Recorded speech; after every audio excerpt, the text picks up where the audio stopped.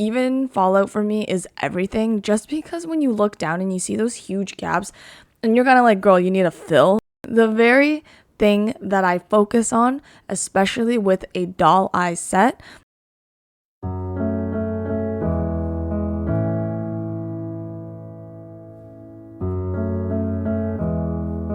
it's been a week, but it feels so much longer. And knowing that you're not alone makes it harder. Hi everyone, welcome back to my channel. If you're new here, welcome to my channel. My name is Marina. I am a certified lash tech based in Toronto, Canada, and I like making lash extension based videos. Today we are going to be talking mainly about volume lash extensions. If you have been around my channel or have seen any of my other videos, I have created a lot of videos giving tips and tricks on volume lash extensions. However, I will say in the last 5 to 6 years of me doing lash extensions, there have been a lot that has changed, things that I have learned and that I want to share with you guys so that I can help you guys in the best way possible, because these days I feel like a lot of my clients have been giving me a lot of good feedback. So I want to share my feedback from my clients that they have been kind of complimenting me on, and then hopefully I can help you guys as well. So let's get into this video. And also just a disclaimer, I'm really sorry that one side of the eye in the first half of the video is a little blurry. The video that I'm putting here with you guys is just more of a lash with me. You can just watch along as I create this volume set, but mainly I just wanted to share tips as I speak into this mic. Alright, so first thing that I want to talk about, and then I think I will touch upon maybe 2 other things. So the first thing that I want to talk about is how I have increased retention and what I've been doing to increase retentions, especially when it comes to these kind of fluffy volume sets or even hybrid. Second thing that I want to talk about is the amount of even fallout I've been having. A lot of my clients have been really complimenting me recently on the fact that their lash extensions are falling out evenly, so that there's not chunks and like weird big gaps when their fallout happens. I know that it can happen to a lot of girls. Like, I've been to other lash techs before I did my own lashes, where my fallout was weird. I hate that. It's like when you look down, you can definitely see that there's spaces. So a lot of my clients have been saying that they really like coming to me because of the even fallout. So that's something I'm going to talk about. And then thirdly, I wanted to talk about my mapping and just kind of the details and what I've been doing recently in terms of my mapping. So first things first, we're going to talk about the retention and things that I have realized and kind of through trial and error have realized when it comes to high retention and what that entails and how I get high retention. A lot of my clients always tell me that they're impressed with it because they have tried so many lash techs and none of it stay in. Now, one of my things that can be a little controversial, I think that some people, have their own opinions on this, but I don't use pre-made fans. I also don't pre-make my own fans. I know that it can really speed up the process, but for me, if you want your lashes lasting a really long time or having fallout more so in like the second to third week, I really do not recommend using them. I just found that in my own experience with different clients and like even on myself, that when you use pre-made or pre-make your own fans, the retention isn't as high because you don't get that wraparound technique because the base doesn't open up.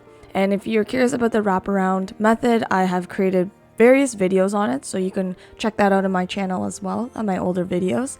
But the wraparound method always for me is my huge technique that I found that is just completely changed the game when it comes to retention. You can kind of see it when I'm working with this set in this video. Every time I'm pushing down on the lash, it's because I'm trying to press the lash extension onto that natural lash. When I'm pressing it down and the glue is not completely dried yet, it actually just honestly, like the technique name says, it wraps around that eyelash, really holding onto the natural lash, meaning that it's gonna take a lot for it to fall off. this wraparound method is also, for me, a lot easier when it comes to 0.03.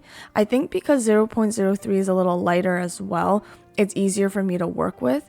When I use 0.05, I definitely can still achieve a pretty, fluffy, normal set with it, but it does tend to be a little heavy for some clients. And then it creates premature shedding. It creates premature shedding with the natural lashes, meaning that the natural lash is falling out way too early, causing gaps in their actual eyelashes. And that's something I don't want to do because, like I've said in various videos, for me, lash health is everything. You don't want your clients to be complaining that they have bald spots. I hate that. And I find that with 0.03, even if their lashes look thick, you just have that extra safety net. One thing that I will really point out, which is a perfect segue into my second point, comes to the even fallout.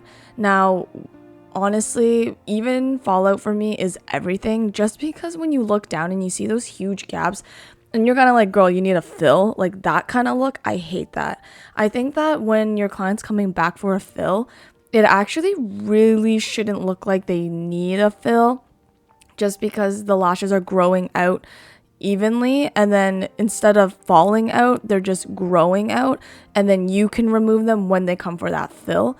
I always tell my clients, they'll be like more than a month in and be like, hey girl, I'm coming for a fill, even though it's been a month. Look, my eyelashes look full.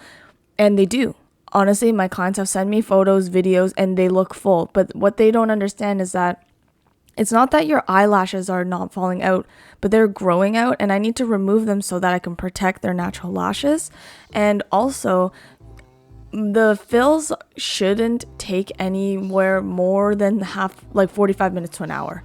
So high retention with good lash health and a proper grow out is what you should be trying to strive for when it comes to lash extensions. I think people have this misconception that once it starts to look raggedy and like really gappy is when you need to start getting a fill, and that's just not the case. And also, guys, like, this is like your time, and obviously like fills are cheaper than full sets, so just always reiterate that.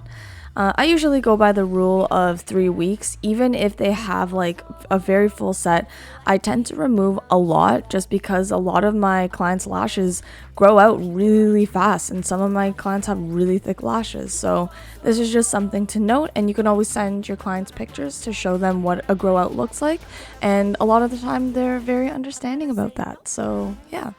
And then lastly, we're going to talk about the mapping of this set. So something I've changed this year, specifically this year, I think. Oh, actually, sorry, it's 2024. In 2023, going into 2024, one of the things that I really changed when I was doing the mapping for my lashes is tapering the outer corners with not just the last length. The very thing that I focus on, especially with a doll eye set, is tapering the outer corners with the 2 last lengths rather than just the last length.